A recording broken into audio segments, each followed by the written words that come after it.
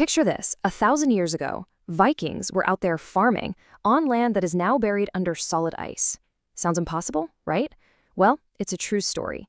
This is the saga of the Greenland Norse, and it's a 500-year mystery that holds some pretty surprising clues about our planet's climate, both back then and right now.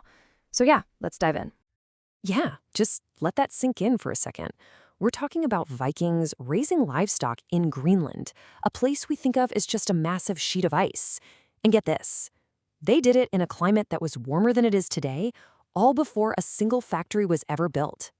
This, right here, is the heart of the mystery we're going to unpack. So the big question is, how was Greenland ever actually, well, green? How does a place literally named for its fertile landscape turn into a symbol of ice? The answer, it turns out, isn't just about how tough the Vikings were. It's about a huge, dramatic, and completely natural shift in the Earth's climate. And that brings us to what we can call the Greenland paradox. You know, the name Greenland itself was, partly a brilliant marketing ploy by Eric the Red to get people to move there, but it wasn't a total lie. It was based on a real but temporary reality, a reality that is just worlds away from what we see today. I mean, just look at the difference. On one hand, you've got Viking Greenland, thriving farms, cattle and other livestock grazing in pastures, even barley crops growing in the summer. And then on the other hand, there's modern Greenland, ice sheets, permafrost, and really, really limited agriculture. We're not just talking about a change in seasons here. We are talking about two completely different climatic eras. So, the key to solving this whole puzzle? It's all in a much warmer past. The Vikings didn't show up and magically make the land farmable. Nope, they just had incredibly good timing.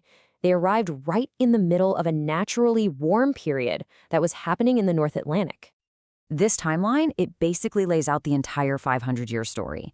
So the Norse get there in 985 CE, just as this thing called the medieval warm period is kicking off. And for centuries, they do great, they prosper. But look at the end of their story. Around 1450, the colonies just vanish. And what happens right at that time? The climate takes a nosedive into the Little Ice Age. It's no coincidence. Their fate was completely 100% tied to the climate.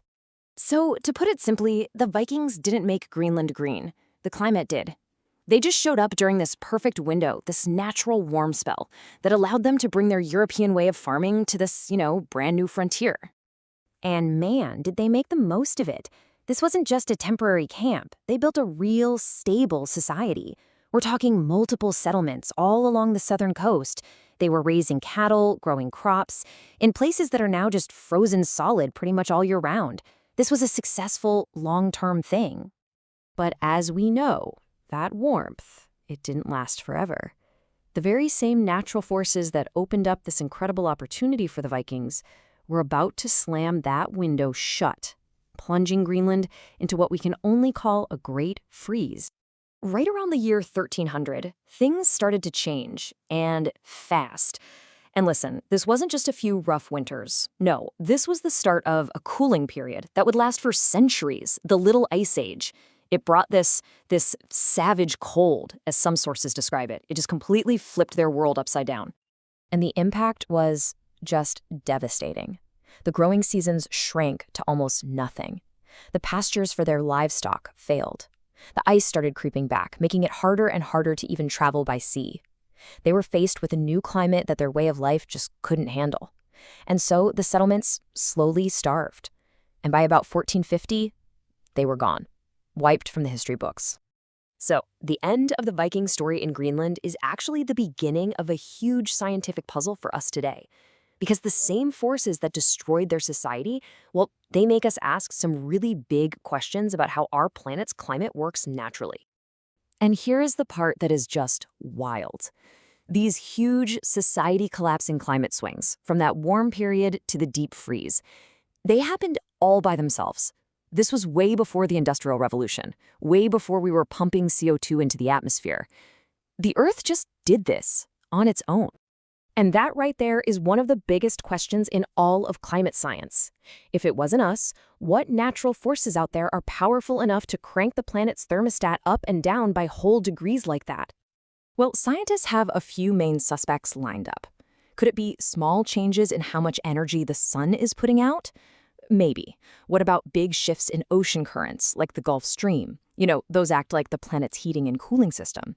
Or could it be massive volcanic eruptions, which can literally block out the sun with ash? The truth is, it's probably not just one of these things, but a really complex mix of all of them working together. And this is where things get really tricky for scientists.